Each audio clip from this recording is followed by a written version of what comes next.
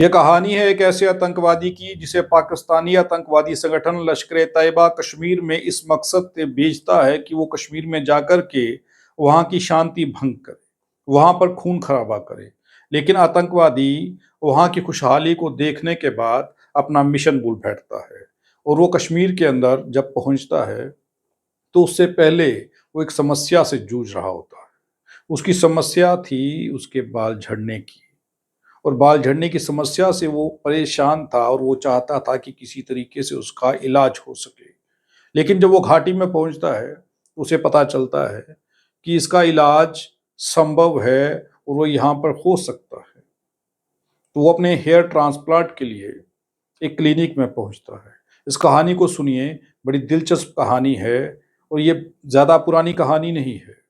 ये 1 माह पहले पकड़े गए आतंकवादी की कहानी है, जिस आतंकवादी को जब पूछताछ के लिए एनआईए ने अपने साथ लिया, तो पूछताछ में उसने ये सब ज़िक्र किया है।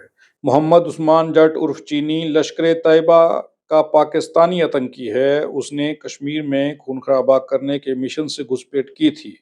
उसने कश्मीर की रोज़मर्रा की ज़िंदगी देखी तो वो अपना मकसद भूल बैठा।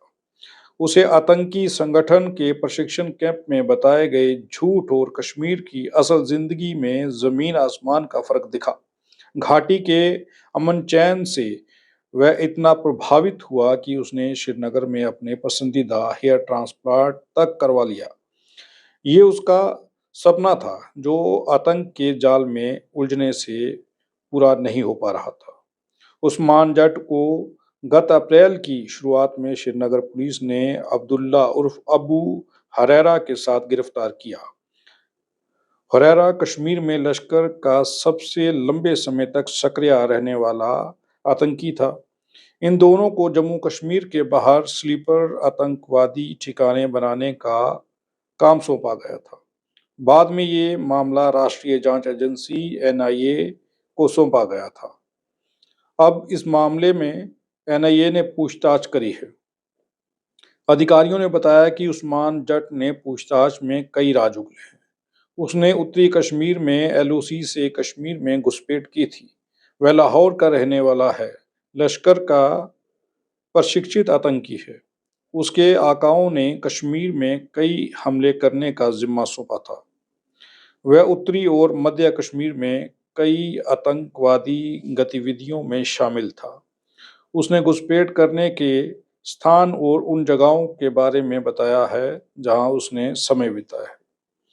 उस्मान ने पूछताछ में दावा किया है कि कश्मीर में रोजमर्रा की जिंदगी की हकीकत देखने के बाद उसका मकसद पूरी तरह बदल गया। ये हकीकत सीमा पार लश्कर की ट्रेनिंग के दौरान उन्हें बताई गई बातों में बिल्कुल अलग थी। जो पाकिस्तान में आतंकवादी ट्रेनिंग देते हैं, वो इन लोगों के जहन में क्या कुछ डालते हैं। जब ये कश्मीर पहुंचा तो कश्मीर आकर के वो सब कुछ बदल गया और इसे पता चला कि यहाँ पर जो लोग हैं वो कितने खुशहाल रह रहे हैं, तो इसकी भी जिंदगी बदलने लगी। और जो आतंकवादी मिशन इसको सौंपा गया था खून खराबे का, वो ये भूल गया और ये अपने हेयर ट्रांसप्लांट के बारे में सोचने लगा। वह कई सालों से बालों की झड़ने की समस्या से जूझ रहा था।